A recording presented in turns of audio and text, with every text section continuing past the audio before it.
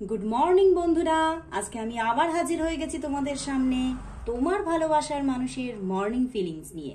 জানি হয়তো অনেকক্ষণ ধরে অধীর আগ্রহে বসে আছো, একটু লেট করে ফেলেছি, বাট তবুও আমি নিয়ে চলে এসেছি তোমার ভালোবাসার মানুষের মর্নিং ফিলিংস।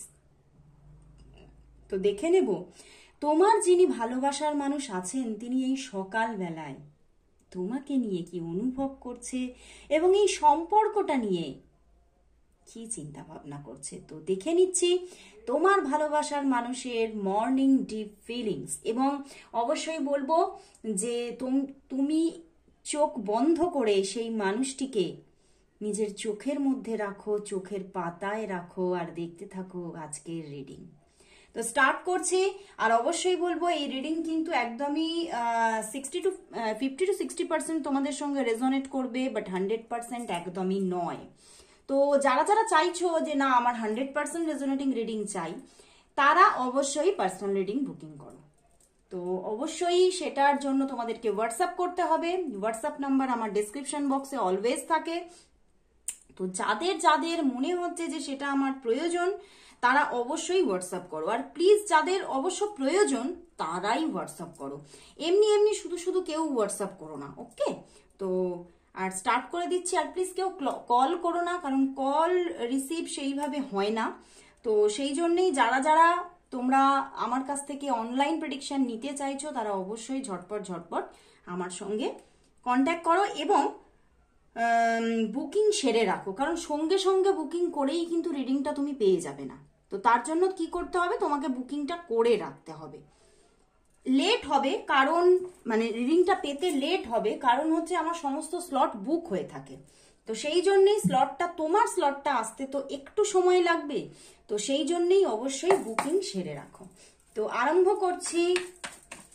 তোমার যিনি ভালোবাসার মানুষ আছেন সেই মানুষটির মর্নিং ফিলিংস তোমার জন্য কি আছে? সেই মানুষটির মর্নিং ফিলিংস তোমার জন্য কি আছে? তোমার জন্য তার মর্নিং ফিলিংস কি আছে? দ্য টাওয়ার,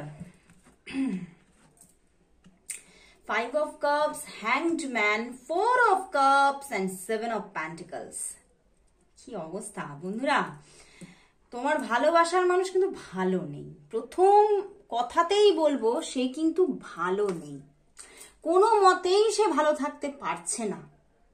তোমার সঙ্গে বিগত বেশ কিছু দিনের মধ্যে তোমাদের মধ্যে একটা ঝগড়াঝাটি হয়ে গেছে, ঝগড়া হয়েছিল, এবং সেই ঝগড়াঝাটিতে কিন্তু সেই মানুষটা তোমাকেও হার্ট করেছিল, তুমিও, আর তিনি নিজেও হার্ট হয়েছিল। এবং কোথাও সম্পর্কটাকে মানে যেন একদম মানে মানে ভেঙে চুড়ে দিয়ে চলে গিয়েছিল। দেখো তিনি কিন্তু নিজেই কিন্তু সম্পর্কটার ভাঙার কারণ তিনি নিজেই, এবং তিনি কোথাও নিজে জানেও যে এই সম্পর্কটার মধ্যে যে প্রবলেমটা এখন এসে গেছে সে তার পুরোপুরি কারণ হচ্ছে আমি। এবং তিনি কিন্তু ভীষণভাবে তার জন্য ভীষণ মানে এখন আজকে সকালবেলায় ভীষণভাবে একটা মানসিক দুরাবস্থাকে ফিল করছে। কিছুতেই কিচ্ছু ভালো লাগছে না, কারণ মানে আমার এটাই এখানে চ্যানেল হচ্ছে দ্য হ্যাংড ম্যান। আবারও কিন্তু তিনি হঠাৎ করে মানে এই যে জিনিসটা তোমাদের মধ্যে ঝগড়াঝাটি হয়ে ঝামেলাঝাটি হয়ে যে সম্পর্কটার মধ্যে প্রবলেম এসে গেছিল সেটা বেশ কয়েকদিন হয়ে গেছে, বুঝতে পেরেছো? এবং সম্পর্কটা বেশ কয়েকদিন ধরে তোমাদের মধ্যে ডিট্যাচমেন্টে আছে। মানে তোমাদের মধ্যে যারা অন অফ সিচুয়েশনে আছো তাদের মধ্যেও কিন্তু বেশ কয়েকটা দিন কোনো রকম যোগাযোগ নেই, এবং সেখান থেকে সেই মানুষটার কিন্তু হঠাৎ আজকে তোমার সঙ্গে ভীষণ কথা বলতে ইচ্ছা করছে, মানে মনটা চাইছে যে আবার তার সঙ্গে আমি জুড়ে যাই। এবং মানে সে কি স্টেপ নেবে, তার কি স্টেপ নেওয়া উচিত, সে কিন্তু ভীষণভাবে সেইটা বুঝে উঠতে পারছে না। এবং মানে মানে দেখো একদিকে সে এই সম্পর্কটাকে সঠিকভাবে অ্যাকসেপ্ট করতে চাইছে না, কারণ এখানে কিন্তু তার জীবনে আমি বলবো দুটো কথা। এক নয়, তার জীবনে কোনো এক্স ছিল, সেই এক্সকে নিয়ে তার এখনো পর্যন্ত ইমোশন আছে, এবং সেই এক্স এর প্রতি যে ইমোশন সেই জন্য তোমার সম্পর্কটা সে অ্যাকসেপ্ট করতে চাইছে না।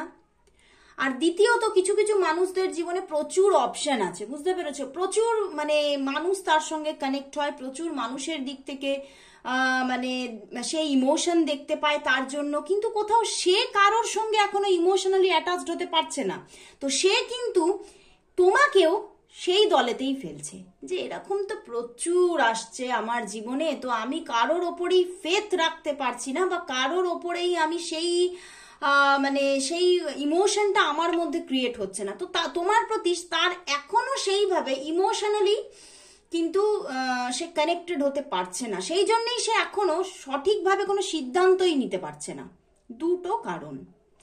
এবং সে কিন্তু এখনো পর্যন্ত যেহেতু ডিসিশন মেকিং করতে পারছে না, সেই জন্য তোমাকে মানে আমি বলবো ঝুলিয়ে রেখে দিয়েছে। অন অফ সিচুয়েশনে টুকটাক টুকটাক কথাবার্তা তো বলছে না, তোমার সঙ্গে ফুল ডিটাচমেন্টে যাচ্ছে, আর না তোমার সঙ্গে ফুললি কানেক্টেড হচ্ছে। এবং সেই জায়গা থেকে তুমিও খুব পাজলড হচ্ছ, তুমিও ডিসিশন মেকিং করতে পারছো না। বাট উনি কিন্তু আজকের দিনে এই যে উনি যে তোমার সঙ্গে যে মানে উনি তোমার সঙ্গে যে বিহেভিয়ারটা করছে, তাতে উনিও কিন্তু মানে ভালো নেই। মানে ওনারও মনে হচ্ছে আমি হয়তো ঠিক করছি না, আমি হয়তো অনেক ভুল কাজ করছি, আমি অনেক কিছুর আশায় আমি হয়তো সামনে যে মূল্যবান জিনিসটা আমি পাচ্ছি বা মূল্যবান মানুষটাকে পাচ্ছি, সেই মানুষটাকে হয়তো আমি নেগলেক্ট করছি। উনি কিন্তু এটা বুঝতে পারছে, নিজের যে ভুলটা সেটা উনি বুঝতে পারছে। উনি অনেক অনেক ভালোর আশা করতে গিয়ে যে ভালোটা ইউনিভার্স তার কাছে নিয়ে আসছে, সেই ভালোটাকে নেগলেক্ট করছে। এবং সে এটাই ভাবছে এখন আজকে যে আমি হয়তো তোমাকে হারিয়ে হয়তো অনেক বড় কিছু হারিয়ে ফেলতে পারি। তো সেইখান থেকেই কিন্তু উনি কিন্তু আজকে ভীষণ একটা চাপা ডিপ্রেশনে আছে, এবং কি ডিসিশন নেবেন এখনো বুঝতে পারছে না। অনেকের জন্য ডিট্যাচমেন্টটা অনেক দিন ধরে তোমাদের চলছে, এবং কিছু কিছু মানুষদের জন্য ডিট্যাচমেন্ট পুরো বলবো না, কিন্তু অন অফ সিচুয়েশন অ্যান্ড মানে এই যে অফটা সেটা বেশ অন্তত 5 থেকে 7 দিন মতো তোমরা অফ হয়ে আছো, বা কেউ কেউ 3 দিন। তো সেখান থেকে তোমার মধ্যেও একটা মানে ডাউটফুল জোন তৈরি হয়ে আছে। উনি কি সত্যিই কি আমাকে ভালোবাসে, নাকি আমার সঙ্গে টাইম পাস করছে, তোমার মধ্যেও এই ব্যাপারটা চলছে। বাট উনি কিন্তু এখনো পর্যন্ত আমি বলবো ইমোশনালি কানেক্ট হতে পারছে না তোমার সাথে। কারণ আমি বললাম দুটো কারণ আছে। আরেকটি হচ্ছে এখানে কিন্তু উনি ফিনান্সিয়ালিও কিন্তু অনেকটা উইক আমি দেখতে পাচ্ছি। উনি ওনার ফাইন্যান্স নিয়ে, ওনার কেরিয়ার নিয়েও কিন্তু উনি স্যাটিসফাই নন, এবং সেই জায়গা থেকেই উনি এখনো ওনার জীবনে কোনো কমিটেড রিলেশনশিপে যেতেই চাইছেন না। এটাও কিন্তু একটা বড় কারণ। মানে উনি একটা ভয় পাচ্ছেন যে আমি আমার যে ফাইন্যান্সটা আছে সেখান থেকে কি আমি কোনো সম্পর্ক বিল্ড করতে পারি, হয়তো না। তো সেই জন্যেই তিনি এখনো কোনো কমিটেড রিলেশনশিপে যাচ্ছে না। এবং এখন আজকের দিনেও সে কিন্তু মানে আরো আরো আরো ওয়েজ অফ ইনকামকে কিন্তু সোর্স অফ ইনকামকে উনি খুঁজছেন, যাতে উনি ওনার ফিনান্সিয়াল স্টেবিলিটিটা আগে পেতে পারে, এবং তারপরে উনি তোমার দিকে এগোবে। এইরকম কিছুটা মনের মধ্যে একটা ধোঁয়াশা ধোঁয়াশা একটা চিন্তা ভাবনা ওনার চলছে আজকে। কিন্তু তবুও আমি বলবো উনি যে একদম তোমার থেকে মানে চিন্তা ভাবনাটা তোমার প্রতি একদম সে সম্পর্কটা রাখবে না চিন্তা করেছিল, সেই জায়গা থেকে কিছুটা কিন্তু উঠে এসেছেন, এবং তোমার সঙ্গে আবারও যোগাযোগ স্থাপন করবেন এই রকম একটা তার সাবকনসিয়াস মাইন্ডে কিন্তু চিন্তা ভাবনা উনি নিয়েছেন, এবং তোমার সঙ্গে উনি জুড়তে চাইছেন, কিন্তু এখনো পর্যন্ত বিভিন্ন কারণে ডিসিশন মেকিংটা করতে পারছেন না। আজ সকালেও, এবং আজকে আমার মনে হচ্ছে সকালবেলাতে উনি মানে খুব নিজে খুব ডাউন ফিল করছে যে আমি মানে আমার চারপাশের মানুষগুলো ভীষণ হ্যাপি, আমি কেন হ্যাপি থাকতে পারছি না। উনি জাস্ট হ্যাপি নেই। আজকে সকালবেলা ঘুম থেকে উঠেই উনি হ্যাপি নেই, এবং উনি ওনার নিজের যে স্বপ্নগুলো না, সেই স্বপ্নগুলো নিয়ে ভীষণ চিন্তা করছে যে আমি কি আমার যে স্বপ্ন একটা মানে একটা পিসফুল হ্যাপি একটা ফ্যামিলি আমি যে চাই, সেটা কি আমি তোমার সাথে গড়ে তুলতে পারবো। উনি কিন্তু এখন কিন্তু আবার সেই তোমার দিকে একটু ঝুঁকছেন, এবং তোমাকে নিয়ে ওনার ভিতরে ভিতরে একটা চাপা স্বপ্ন চলছে, তোমাকে নিয়ে তিনি ওনার ফ্যামিলি গড়ে তুলতে চাইছেন এবং সেই ফ্যামিলির স্বপ্ন দেখছেন, সেই বাড়িটার স্বপ্ন দেখছেন, যে বাড়িটা হয়তোই এখনো নেই, কোথাও কোনোভাবেই নেই, কিন্তু সেই রকম একটা বাড়ির স্বপ্ন উনি আজকে সকালবেলায় দেখছেন, যে বাড়িটাতে তোমরা দুজনে মিলে গড়ে তুলবে। এবং তিনি এটাই ভাবছেন যে আমি তো তাকে নিজের জীবন থেকে হয়তো সম্পর্কটাকে সরিয়ে দিয়েছি, বাট আমি কি পারবো আবারও সেই বাড়িটাকে পুনরুদ্ধার করতে? আমি কি পারবো সেই সম্পর্কটাকে পুনরুদ্ধার করতে?